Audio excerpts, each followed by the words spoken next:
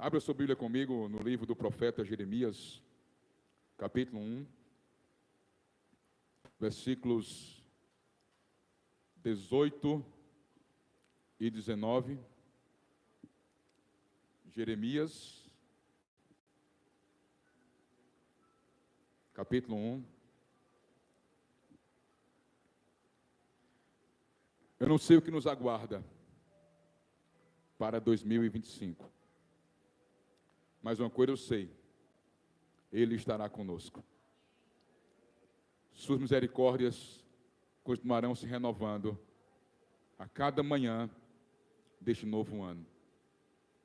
Ele vai continuar nos livrando, nos guardando e nos sustentando. Louvado seja o nome do Senhor. E Deus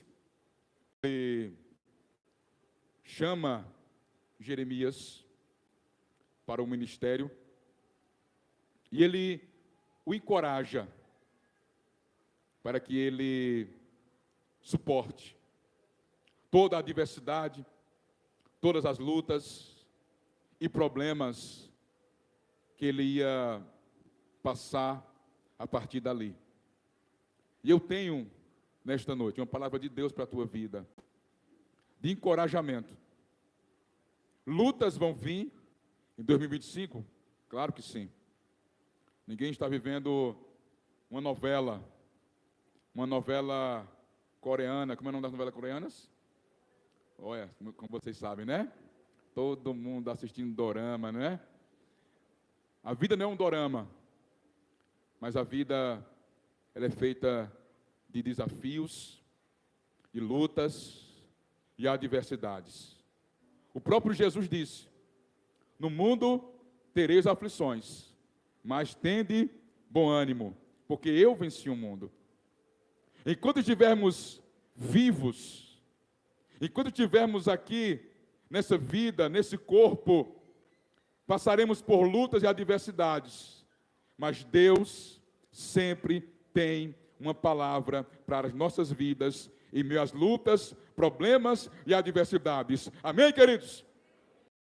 Eu quero que você saia daqui encorajado a se manter de pé, a se manter firme, a se manter avançando, derrotando os seus gigantes, enfrentando os problemas.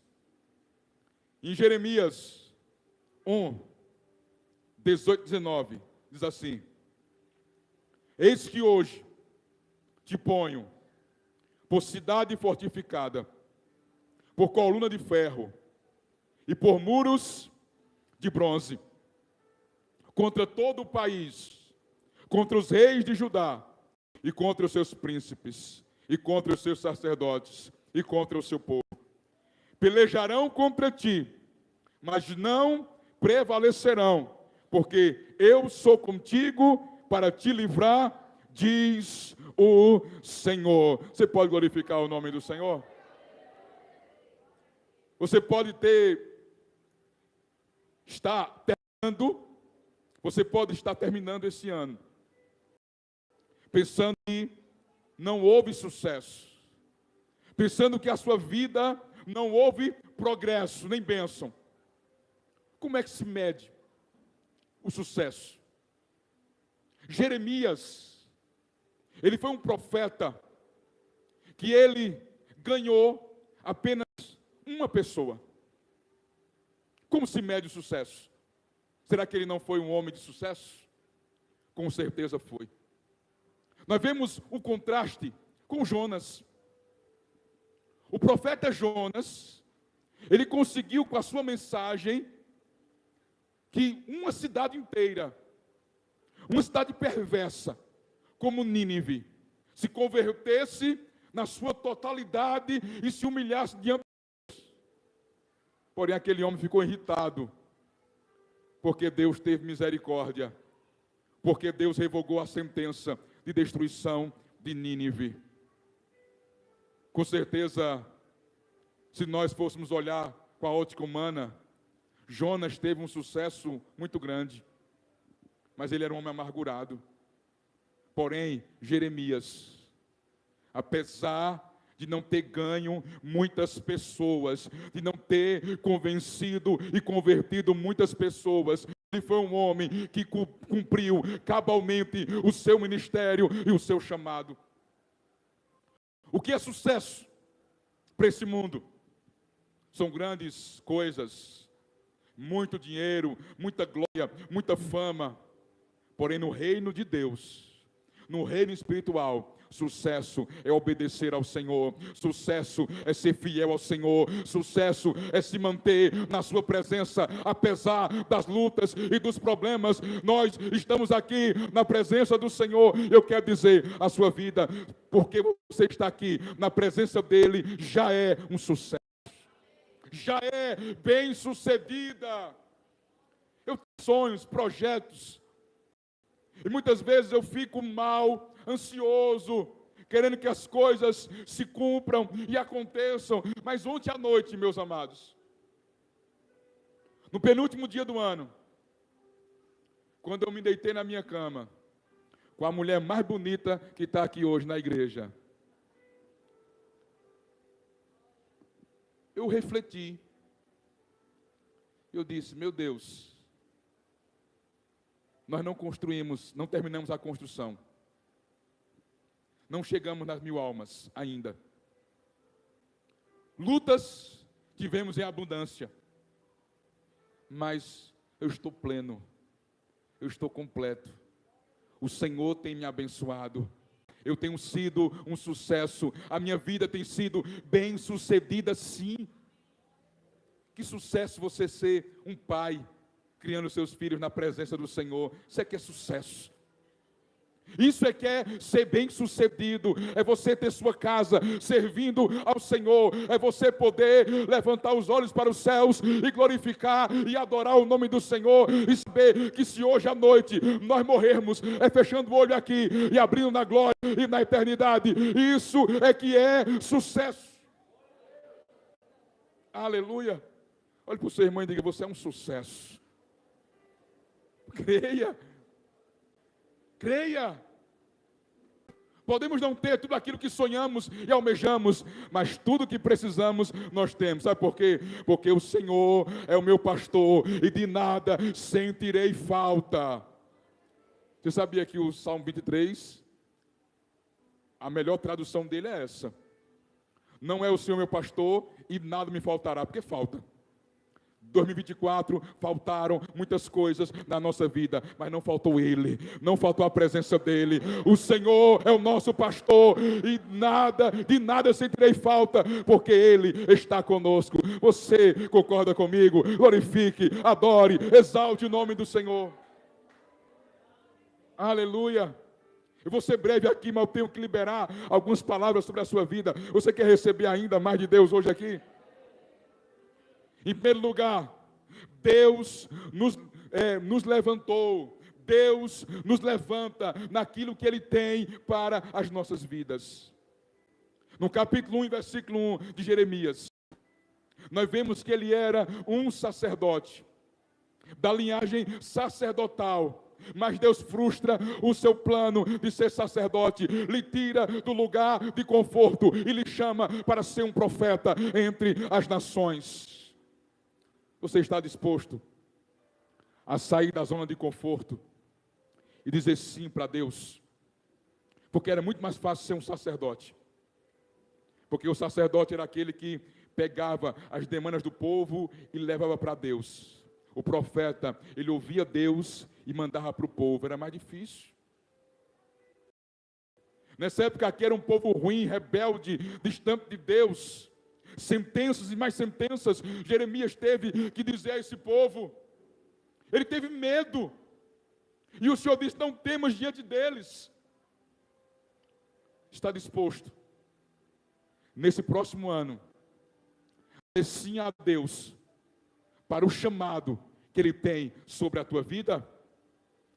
Está disposto a renunciar muitas coisas para dizer sim para Deus?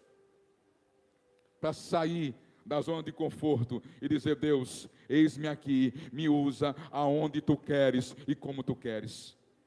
Segundo lugar, Jeremias, ele era escolhido por Deus.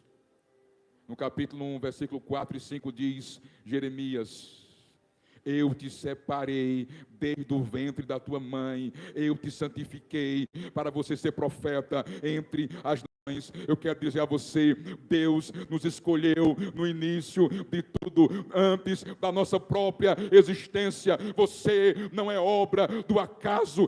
Deus tem um propósito único, customizado com a sua vida. Para cada um que está aqui, Deus tem um propósito específico. Deus te desenhou, Deus te formou, Deus te criou. Nem pense que você nasceu apenas de fruto de uma relação sexual do seu pai e da sua mãe. Você é projeto de Deus. Deus sonhou com você e Ele tem um projeto com a tua vida. Você nasceu do jeito que Ele queria que você nascesse, com esse temperamento, com essa aparência, na hora certa, na geração certa, porque Ele quer te usar nesse tempo e nessa geração. Não se sinta alguém rejeitado. Você foi amado, é amada e amado pelo Deus vivo e todo poderoso. Supere o que passou e venha viver tudo aquilo que Deus já projetou para você antes de você nascer, como diz no Salmo 139.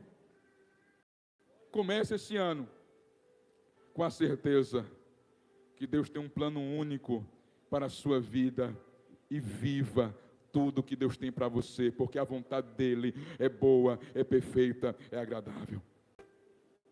Quando Deus chama Jeremias, ele se vê incapaz e imaturo para a obra que Deus tinha para ele. No versículo 6 a 9, ele diz: Senhor, eu não posso, eu sou muito jovem, eu não passo de uma criança. E o Senhor lhe repreende dizendo: não diga, eu não passo de uma criança, porque onde te mandar tu irás, e o que eu dirá tu falarás. Não tenha medo, eu ponho as minhas palavras na tua boca. Deus é aquele que te capacita. Não interessa a obra, não interessa o chamado, eu não sei o que Deus tem para a tua vida, mas se Deus te chama para alguma coisa, Ele te dá a capacitação que vem do céu, que vem do alto e que vem de Deus. Não diga, não passe de uma criança. É tempo, queridos, de maturação, é tempo de amadurecimento, é tempo de crescimento na presença do Senhor. Igreja Jardim das Oliveiras da Coab 1, deixemos de ser imaturos. Paulo fala: quando eu era menino, falava igual menino, agia igual menino, mas agora que eu cresci, eu desisti das coisas próprias de menino.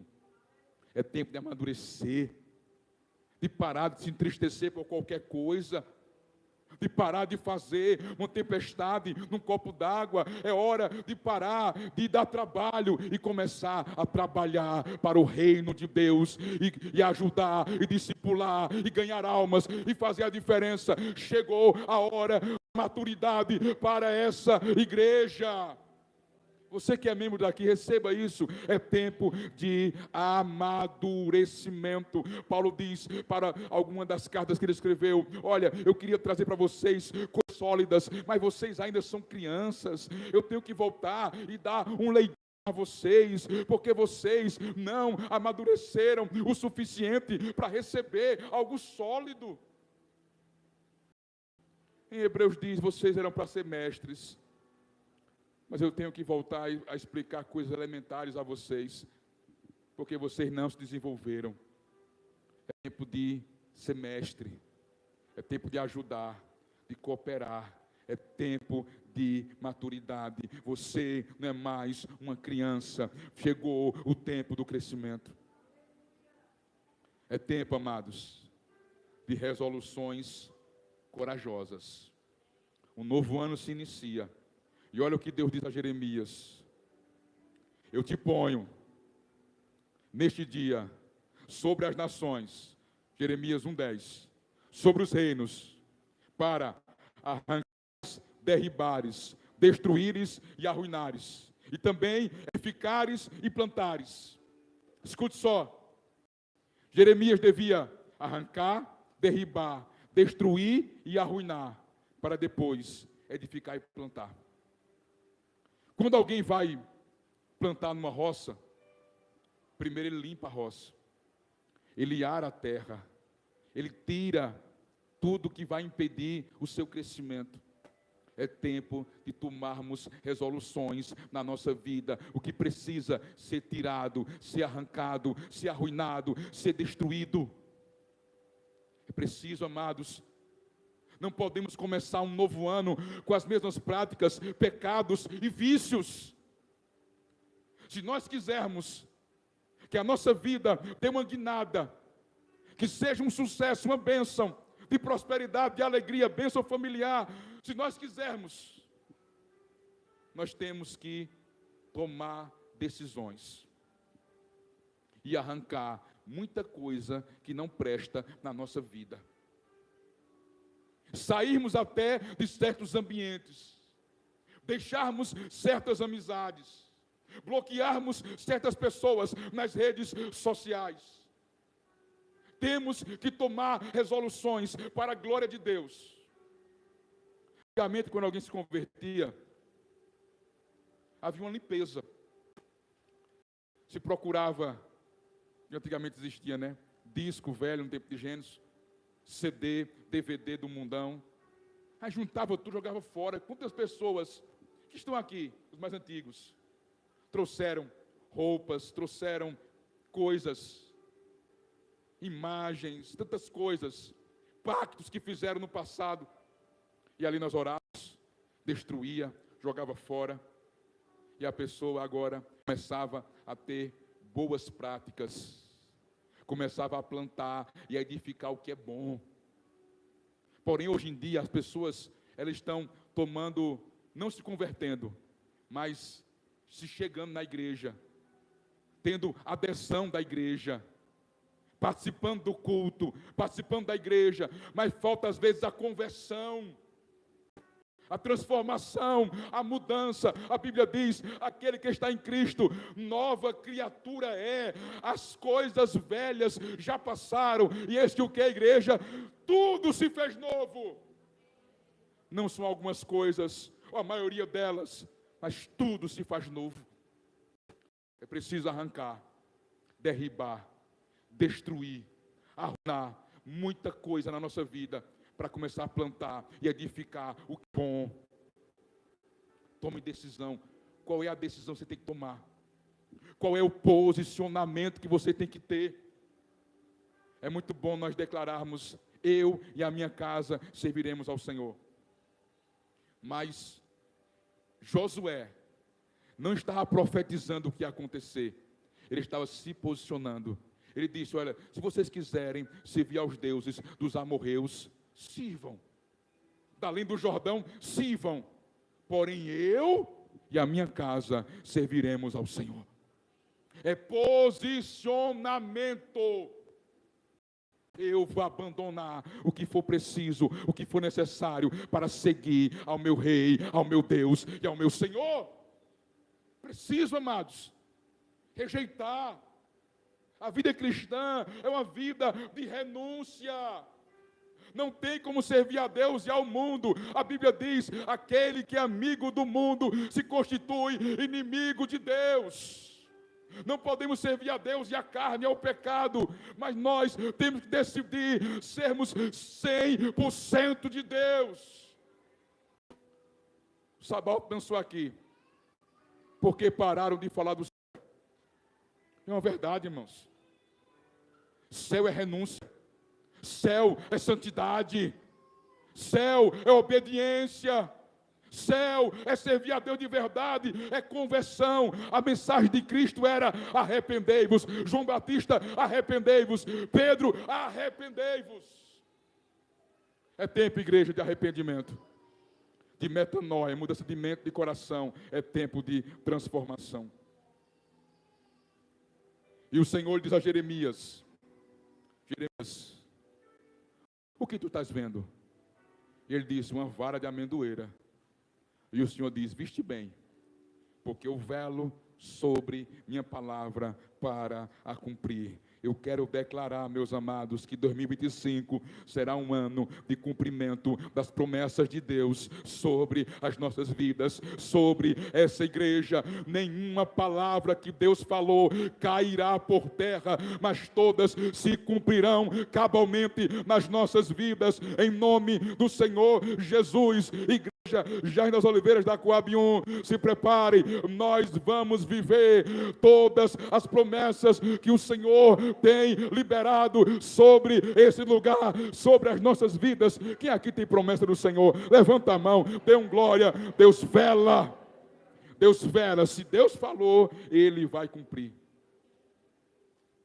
Amados, falei no início, repito, 2025 não será um drama, não será um mar de rosas, mas guerras virão. Mas olha o que o Senhor nos diz em Jeremias 1, 18 e 19. Eis que te ponho hoje como cidade fortificada, como coluna de ferro, muros de bronze, contra toda a terra, contra os reis de Judá e contra os seus príncipes, contra os seus sacerdotes e contra o povo da terra. Eles pelejarão contra ti, mas não prevalecerão, porque eu sou contigo para te livrar, diz o Senhor.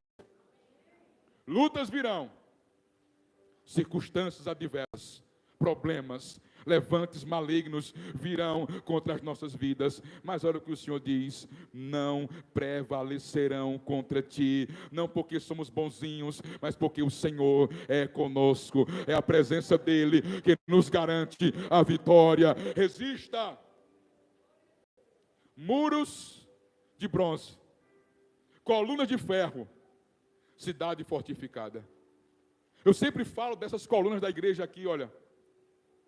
Tem essas aqui que são visíveis, mas tem outras que estão atrás da parede. Está ali nosso irmão Edmilson.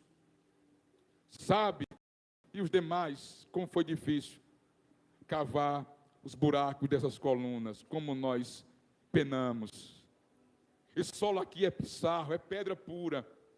Batia a picareta e o fogo subia. Mas nós tivemos que nos aprofundar para que aqui tivesse base. É tempo de se aprofundar em Deus para ter base e para resistir. Você pode hoje fazer uma aliança com Deus, ou renová-la, ou hoje, ou daqui a pouco, nos primeiros minutos de 2025. Mas para que você se mantenha, é preciso resistência.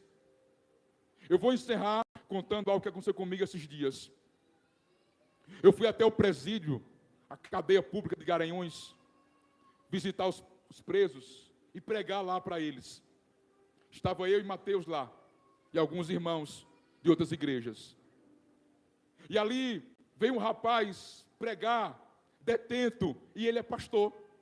Disseram: pastor fulano, pastor, cara, detento. O outro pastor que estava comigo perguntou: como é a tua história? O que aconteceu? Você é pastor? Ele: sim.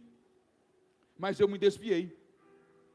E quando eu me desviei, Satanás agiu na minha vida e eu acabei caindo aqui. Porque alguém na igreja, uma irmã, levantou uma calúnia contra mim. E eu não suportei. Saí da igreja, me desviei onde eu estou. E aquele pastor, já idoso, com 73 anos, ele disse para aquele outro rapaz, o pastor detento: e por que tu não suportasse a calúnia? Por que tu não aguentasse a calúnia? Na hora chegou, eu fiquei, que lapada. Mas foi uma lição. Suporte. Aguente. Você é coluna de ferro, muro de bronze, cidade fortificada. Pelejarão contra vocês, mas não vão prevalecer, porque eu sou contigo para te livrar, diz o Senhor. Que venha 25, que venha 26, que venha 27, 28, que venha 2030 e que nós possamos continuar aqui firmes e fortes, servindo ao Deus Todo-Poderoso. Eu não quero largar o arado, eu não quero voltar atrás, eu quero deixar o meu Salvador, mas eu quero permanecer para sempre na presença dele. Eu quero dizer, como Pedro disse: a quem iremos nós? Só tu, Jesus, tem palavras de vida. Aleluia. Queimei os barcos no cais, queimei as carroças. Eu não tenho para onde voltar, se não permanecer e continuar na presença do Senhor. Amém, queridos? Vamos ficar de pé.